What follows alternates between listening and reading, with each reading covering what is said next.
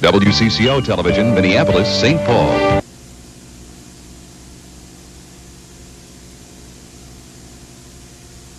WCCO Television, Minneapolis, St. Paul. From WCCO Television, the Northwest's leading news station, this is the 10 p.m. report.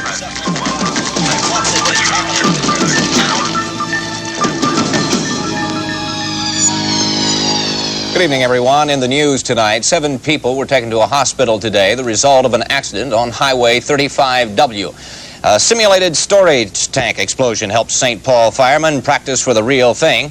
And the other half of the weekend anchor team plays tennis for the American Cancer Society.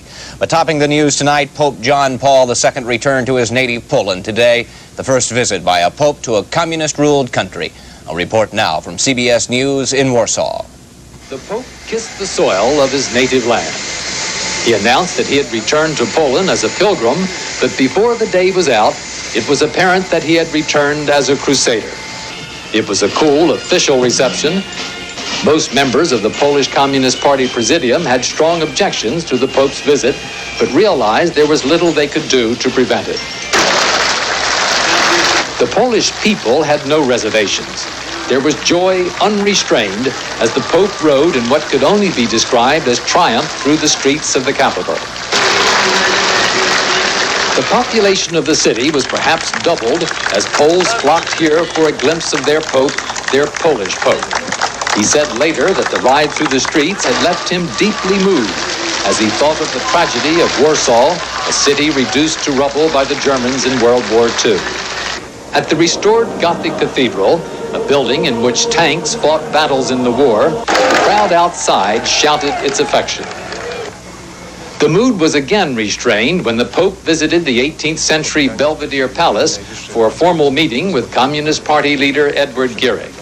But it was at Victory Square, in the center of Warsaw, that the Pope revealed the real nature of his mission to Poland. Perhaps 500,000 faithful, no one knows precisely how many, had waited for hours in welting heat. No visitor could have had a more receptive audience. The sermon was a bold challenge to a government that promotes atheism and discriminates against the church. Christ, he told the expectant crowd, cannot be excluded from the history of the human race in any time or in any place. That was enough to set off the crowd, and waves of applause rolled across the square. The Pope listened to the deeply emotional response of the huge crowd, himself deeply moved. What must seem like a jinx to commercial airlines continues. 2 more plane mishaps today. One, a Pan American jet leaving Guam for the Philippines, took a dive from 35,000 to 10,000 feet in just a few short minutes. The cabin pressure systems were set off and the plane returned to Guam, where about 30 passengers were taken to the hospital with numerous minor complaints. And a DC-10 bound for Washington to San Francisco today after a warning light was forced down. The warning light came on in the pilot's cockpit, signaling a faulty cargo door, but on the ground, crews found nothing at all wrong. And that jinx has apparently spilled over to the smaller commuter airlines. The head of the National Transportation Safety Board said today that many of those lines have bad safety records. James King said it's not just sloppy maintenance in most of the cases. He said in many cases it involves bad or non-existent maintenance. King also said that there are enough federal regulations, just not enough enforcement. A commuter plane crashed Wednesday, you might remember, killing 12 people. That was in Maine. An accident involving 3 cars and a dump truck sent several people to the hospital today and tied up the freeway traffic for hours. The truck filled with dirt was traveling across the Minnesota River Bridge this afternoon on Interstate 35W when the brakes apparently failed. The driver swerved to keep from going over the bridge and hit the oncoming cars, sending 7 people to the emergency room of Fairview Southdale Hospital. All but one of those people has been released tonight. 2 men have been arrested in connection with the shooting death of a migrant worker in Dodge County this morning. 39-year-old Javier Moncho was shot at Kings Camp, 2 miles southeast of Bixby. He died an hour and a half later at an Owatonna hospital. No more details are being released on the county sheriff's office as of tonight. Today, the owner of the Richfield bus company said he will not buy insurance at the price offered, $56,000, even though a judge says he can't operate his buses without that insurance. WCCO's Karen Boros has more. Yesterday morning, the Richfield Bus Company carried the usual 1,500 riders into downtown Minneapolis. Not long after they got to work, a judge signed a temporary restraining order prohibiting the company from driving those passengers home at the end of the day.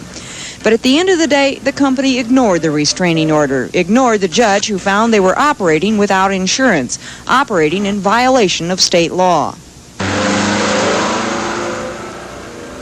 Today, the Richfield Bus Company again violated the temporary restraining order. One of the owner's sons took a van out this morning to see if there were riders waiting for buses, riders who hadn't gotten the word. At 6:40 this morning, he found 18 people along one route. So another son took a bus out, picked them up, and drove into downtown Minneapolis. I guess I refuse to join the system that's destroying our country. George Holter says he would rather see his buses sit than pay the $56,000 a year insurance premium. He says the price is just too high. Holter does see a way out of this dilemma. He says it would be nice if a millionaire, or anyone for that matter, with an extra $500,000 came forward with a loan so he could insure the company himself. But he says he doubts that will happen. I guess the multimillionaires are with the system, and I suppose they wouldn't dare. But say, for example, if somebody put $500,000 up and they would get probably 10-12% interest on it, 10% interest would be $50,000 in a year. That would pay our claims for 15 years. Karen Boris, WCCO Television News, Minneapolis. And Holter says that he will not operate his buses on Monday, and that will be June 10th before the MTC operates buses along those same routes.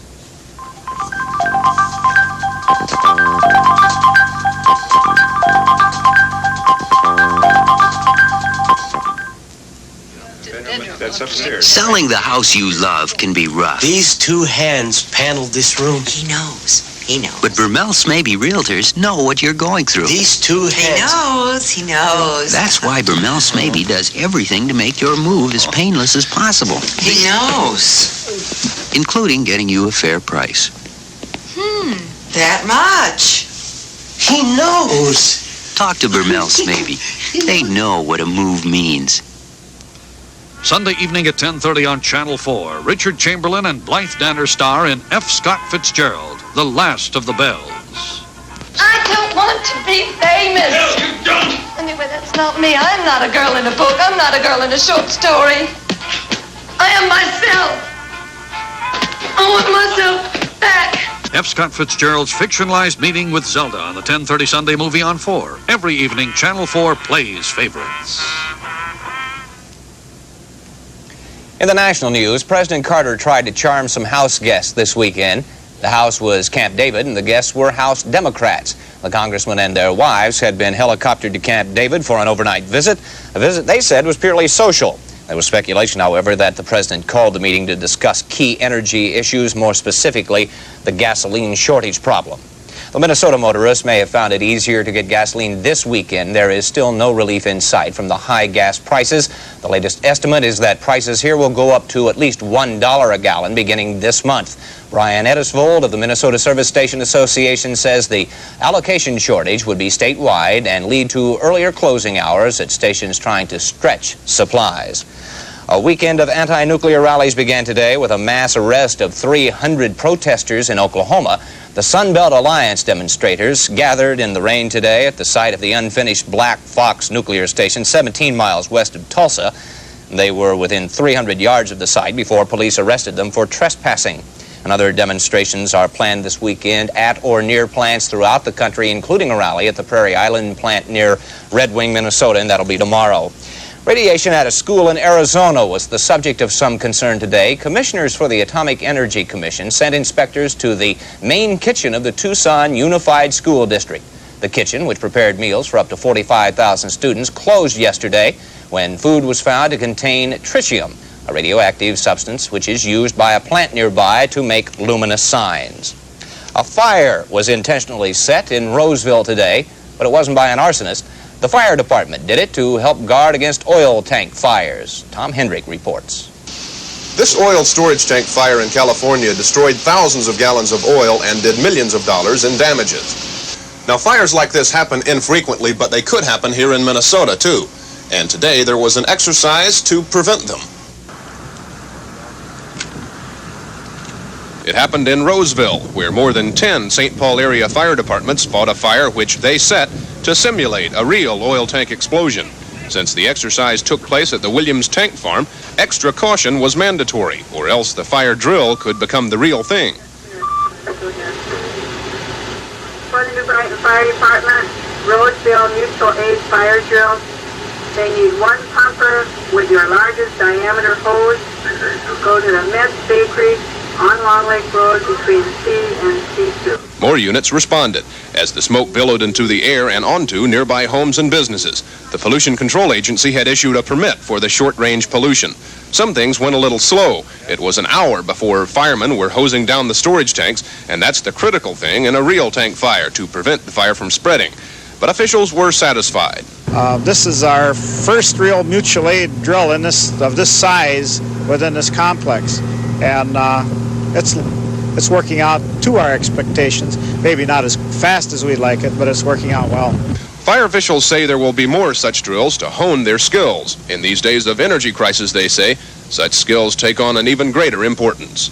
Tom Hendrick, WCCO Television News, Roseville. While those firemen were cleaning up that mess, St. Paul sanitation and cleanup workers were out in force at the Como neighborhood today.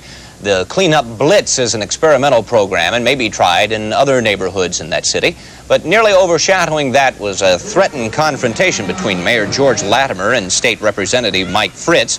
Fritz wanted to make an issue out of the Job Corps Center planned for the Como neighborhood. He opposes it, and Latimer is for it. Fritz wanted the mayor to take a tour of the neighborhood, but Latimer said he'd done all of that before. Latimer later appeared and spoke with many of the residents. Former students of St. Paul's Washington High School are spending the weekend saying goodbye to their alma mater, which will become a junior high school this fall. Today, many of those former students took part in a parade down Rice Street to commemorate the passing of the school from the list of Twin Cities high schools. Washington High saw its first class in February of 1926. Some of those first students were here today and are taking part in this weekend's activities. Tomorrow there will be an open house at the school before the final walk down memory lane.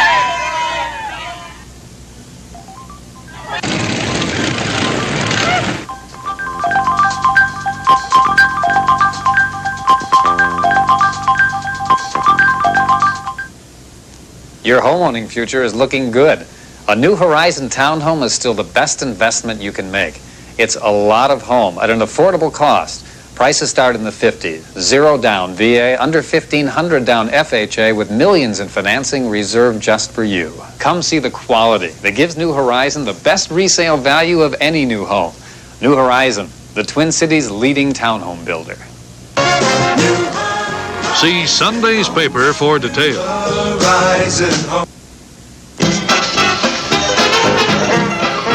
Every Sunday morning at 9:30, the whole family can enjoy old-time comedy from the 30s, the 40s, and the 50s.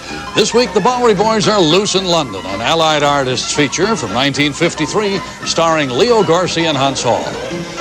This is John Gallus inviting you to join in the fun of our comedy hour, Sunday morning at 9:30, Channel 4.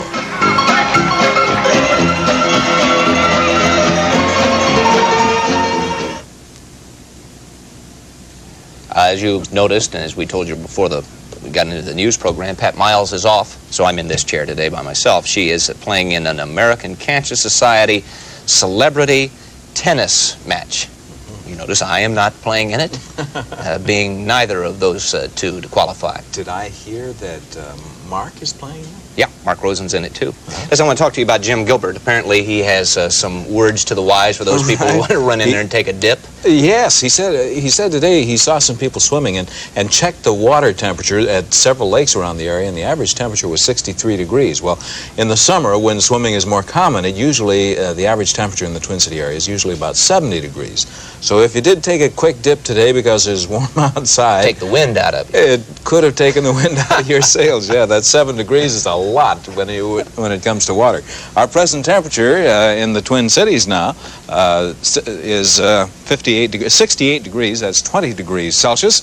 The wind southwesterly at 7. Humidity now 39%. The barometer 29.91. Barometric pressure is rising.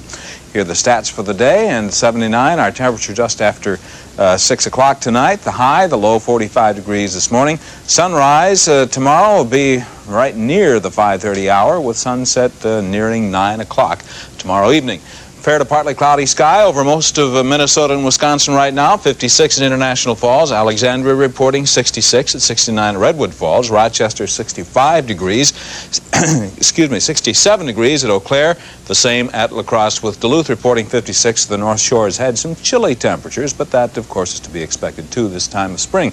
The WeatherNet report showed that there were some very warm temperatures around the area today, though. Annandale hitting 82 degrees and Owatonna 81 degrees. Maximum temperatures around the nation. We had a vast area of 70s, as you can see, over most of our 5-state area. Some 80s in the central portion of Iowa, the southeastern corner of South Dakota, and there were a couple of 80s, as we saw in the WeatherNet reports, in a couple of other areas, but they were rather scattered. 70 was the 70 to 80 degree range was by far the dominant temperature across the nation today. Let's take a look at WCCO television weather watch color radar. As you can see, we have a little ground clutter in the center here and a little anomalous propagation around the Twin Cities area, but no significant precipitation. There was a bit just to the south of us, but that has moved into Iowa, moving across the northern portion of Iowa at about 25 miles an hour. Nothing of any significance right now. So you can see the southeastern portion of the United States and then extending down into Texas, where incidentally there have been those flash floods you saw a little while ago. That precipitation will continue tomorrow, but we will have those light clouds over the 5-state area. Here's the way the forecast stacks up for the United States. And much of the west, with that exception of the extreme southwest, will have fair to partly cloudy sky tomorrow, 93 degrees. There may be some thunderstorms in Phoenix. Texas will continue to have rain, 79 in Dallas-Fort Worth. They should have some showers tomorrow, 87 in New Orleans, a possibility of rain, 85 degrees in Atlanta. The central Atlantic coast will also have that likelihood of showers. The extreme eastern portion of New England probably will escape the showers. They should have fair to partly cloudy skies, but some chilly temperatures, 67 degrees in Boston. For our 5-state area, fair to partly cloudy sky with widely scattered thunder showers tomorrow, 42 to 54 the overnight lows for the 5-state area, with tomorrow's highs ranging from 65 in the extreme northern tier of counties to 85 degrees in southern South Dakota and the extreme southern portion of Iowa. For our metropolitan area, here's the forecast. Partly cloudy sky tonight, wind southwesterly at 5 to 15, an overnight low of about 50 degrees. The high in the coming day, once again, will be in that very pleasant range, the upper 70s, perhaps even touching 80. There is the possibility in the afternoon of some scattered thunder showers, but they probably will be brief and probably will last no longer than late afternoon. By tomorrow night, we'll get into that fair to partly cloudy situation that should extend well into the week. The extended forecast calls for at least midweek, and that sort of range, 72 to 80 degree temperatures during the day. The overnight lows generally in the 50s, and pleasant time indeed if indeed we do get exactly that forecast. Okay. Caution to those people who want to go jump in the water. Yeah, wait a little while, or at least take it easy. Be aware of what you're going to run into, and it'll take a while for those lakes to warm up. How's Jim Gilbert's monarch tagging coming? Well, the monarch butterflies are returning now, and of course every year he's tagged them, and he has traced some of the first monarch butterflies to actually be found in Mexico, so his tagging has been very successful. Might set a world's record as the man who has tagged the most monarch butterflies. The scientists are watching what he's doing carefully. Good, thank you very much, Bill. And speaking of setting world records, 60 tubs of ice cream were hauled out today for what was billed as the world's largest ice cream sundae. The giant creation consisting of about 900 pounds of ice cream. It was part of the Brooklyn Center Early Bird Day celebration.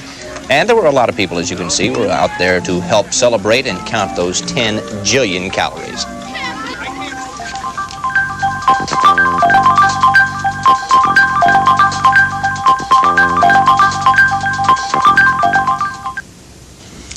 I know our next midday show will be one you won't want to miss, because Dr. Wayne Dyer will be making his monthly visit to our show. And as we normally do, we'll be opening the phone line so you can join in the conversation. If you have some thoughts, why don't you jot them down right now so you don't forget what you'd like to ask him on our next midday program. And of course, as usual, we'll have news and weather for you too. We hope you join us noon for midday on Channel 4. Donahue phone calls are really an important part of our act. All too often, the black men are taking advantage of women and capitalizing on the situation. I'd like you to speak to that. Wow. Women wear low-cut dresses and then say no. No, wait a minute, Phil. Get in touch with Donahue. Donahue, weekday mornings at 8, here on Channel 4. Well, the Twins lost a close one last night. They said that Jerry Koosman probably pitched the best game of his year in losing that game. And they come back and score just a bunch of runs. Using them all up, they ought to save some of those runs. Well, if it would be possible to do it, they'd certainly do it. Koosman did pitch well, especially after the first inning and up until the ninth inning when he allowed a home run. But they scored a lot of runs for Coos early this year. Sure. Twins win it over Boston today, Don, by 8-2. The Twins' biggest problem this season, their pitching, I think, is beginning to show signs of improvement. Dave Goltz turned in the third straight complete game performance by a Twins pitcher today to even his record at 5-5. And Jeff Zahn, who has been sorely missed, will return to the mound tomorrow for the first time in nearly 3 weeks. Bombo Rivera turned in his finest performance of the season today in collecting 4 RBIs. Bombo brought 2 of those runs home on this double into the left field corner in the 5th inning to put the Twins in front 7-2. Bombo capped the scoring with his first home run of the year, a solo shot to left, and it made the final 8-2 the Twins. The Twins wrap up their series for the Red Sox tomorrow afternoon at the Met. Game time is 1:15. Elsewhere in the American, Ron LaFleur had 4 hits and stole his league-leading 26th base. In leading Detroit 9-3 over the A's in Oakland, Ken Kravik pitched a 3-hitter as Chicago beat the Yankees 7-0 in New York. Kansas City over Milwaukee 4-3. Baltimore at Texas 4-4 in the 8th inning. Meanwhile, the California Angels report that Rod Carew, Nolan Ryan, and Rick Miller are out of the lineup with various injuries. In the National League, George Foster hit a 2-run homer to lead the Reds 4-2 over Philadelphia in Cincinnati. San Francisco ended a 7-game losing streak with an 8-6 win over the Cubs in Chicago. Dave Kingman of the Cubs hit his 18th homer. Gaylord Perry won his 5th as San Diego beat Pittsburgh 3-1. The Cardinals over Los Angeles 12-5 in St. Louis. Atlanta 7, the Mets 6.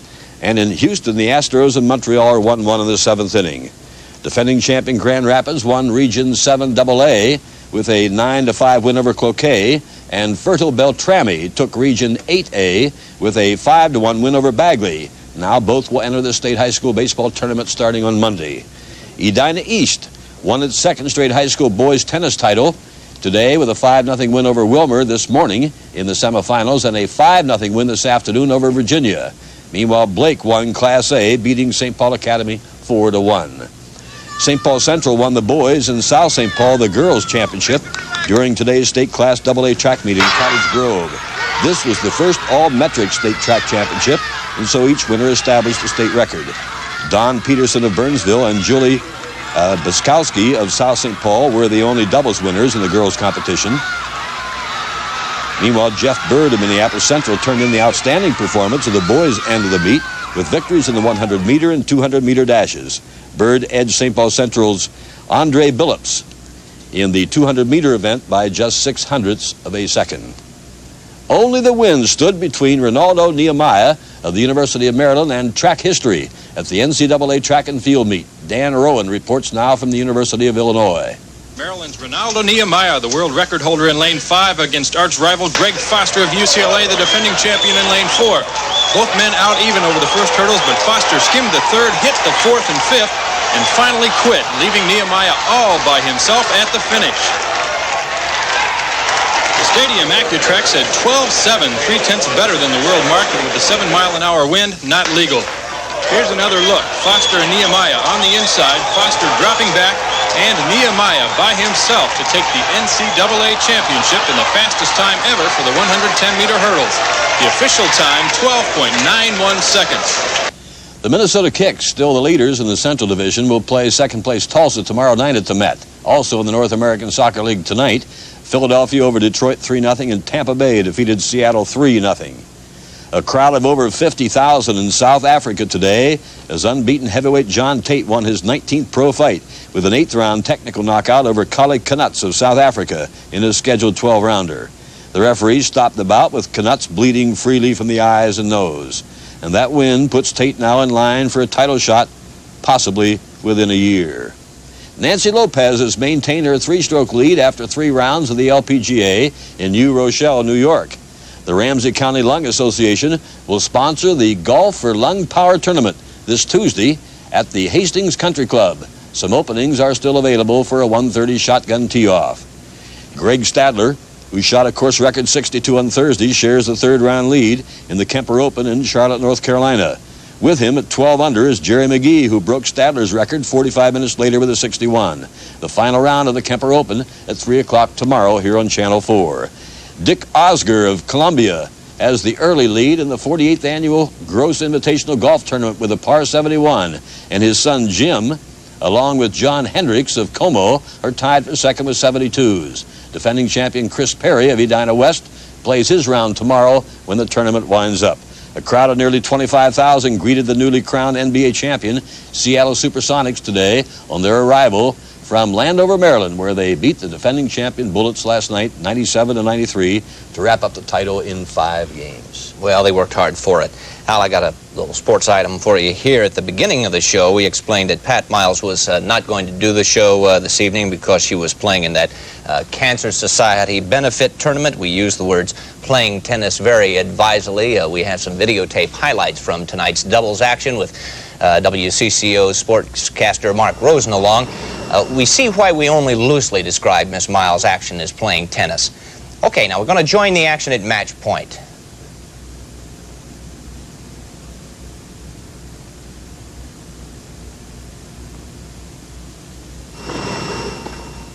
A good little volley here. Miles in near court, and Pat looks displeased with that, wouldn't you say, Hal? Disbelieving. You can see she's accustomed to doing much better. Well, that's the look of a champion if I've ever seen one. Oh. All right, coming up here with your pal, Mark Rosen. There they are. What a team. I see 6 people on one side of the court. Or am I looking at 3 courts? That's it. The late report from the court tonight's Pat Miles will soon vacate her title of Minnesota's tennis queen, put on some decent clothes, and be back here tomorrow for the weekend report. And that's it for everyone here. Good night.